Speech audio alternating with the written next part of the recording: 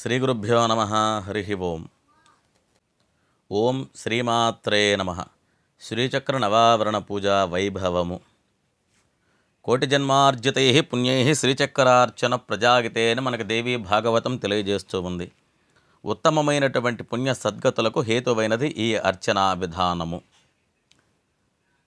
కాలసర్ప దోషములకు, సవ్యకాల సర్పదోషము, అపసవ్య కాల సర్పదోషములకు ఈ సర్ప సంస్కారము, సర్ప పూజా కార్యక్రమాన్ని చేసిన, నవనాగ ఆరాధన చేసిన సర్పదోషాలు తొలగిపోతాయన్నమాట. అందుచేతనే ఈ సర్ప సంస్కారము, సర్ప పూజా కార్యక్రమాన్ని నిర్వహించడం జరుగుతూ ఉన్నది. అపుత్ర పుత్రశోకంచ కురూపః పుత్రజాయతే అభర్త పతిహీనంచ పతిసంగ వివర్జిత భర్తృత్యక్త భవేద్రోగ జీవనం దుర్భరం భవేత్. సర్పదోషో భవేద్యస్తు కష్టశోక భయావహం. అంటే సంతానహీనతకు, గర్భశోకానికి, గుణరూపరహితులైన సంతానానికి, భర్తృహీనతకు, సంసార దుఃఖానికి ఈ నాగదోషమే కారణము.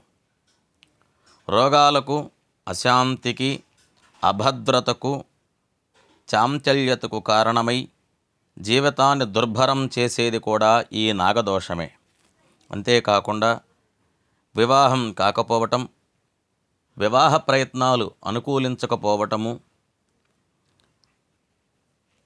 దంపతుల మధ్య ఎడబాటుకు దారితీసి విడిపోవటము, బాల వైధవ్యం వంటి దుఃఖాలు ఈ నాగదోషం వలనే ఏర్పడతాయి. అందుచేత ఆ దోష పరిహారము కొరకు నవనాగ పూజా కార్యక్రమము. అనంతం వాసుకీశేషం పద్మనాభం చ కంబలం శంఖపాలం ధార్తరాష్ట్రం తక్షకం కాళియం తథా ఏతాని నవనాగాని నాగానాంచ మహాత్మనాం సాయంకాలే పఠే నిత్యం ప్రాతకాలే విశేషితం తస్మై విషభయం నాస్తి సర్వత్రా విజయీ భవేత్ అని మనకి సర్ప సంస్కారం తెలియజేస్తూ ఉన్నది. అలాగనే ఈ సర్ప సంస్కార పూజ చేసి నివేదనములు, గండూషములతోటి బలి ప్రదానము చేసిన త్వరితగతిన సత్ఫలితాలను పొందవచ్చు. అలాగనే సర్ప సంస్కారములు చేసిన తర్వాత సర్పసూక్త హోమములు,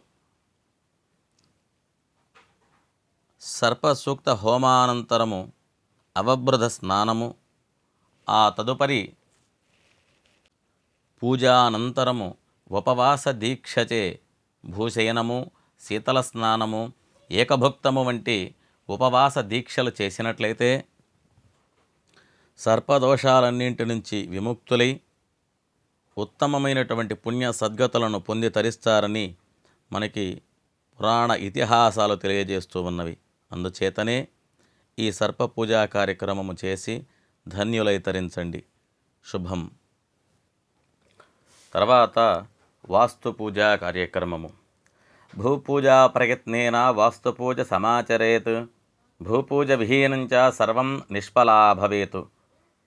గృహములకు, వ్యాపార సముదాయములు, ఫ్యాక్టరీలు, ఈ విధమైనటువంటి కర్మాగార నిర్మాణ సమయములలో భూశుద్ధి గావించి నిర్మాణములు చేపట్టాలి అని చెప్పేసి మనకి వాస్తుశాస్త్రములు తెలియజేస్తూ ఉన్నాయి.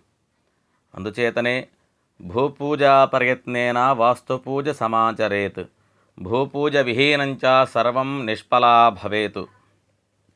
భూమి పూజ జరగకుండా, శంకుస్థాపనాది క్రతువులు జరగకుండా గృహాన్ని నిర్మించినట్లయితే ఆ ఇంట్లో ఉండేటువంటి యజమానికి ఆ వాస్తు తాలూకా ఫలితాలు అంతంత మాత్రముగానే ఉంటాయని మనకి వాస్తుశాస్త్రములు తెలియజేస్తూ ఉన్నవి.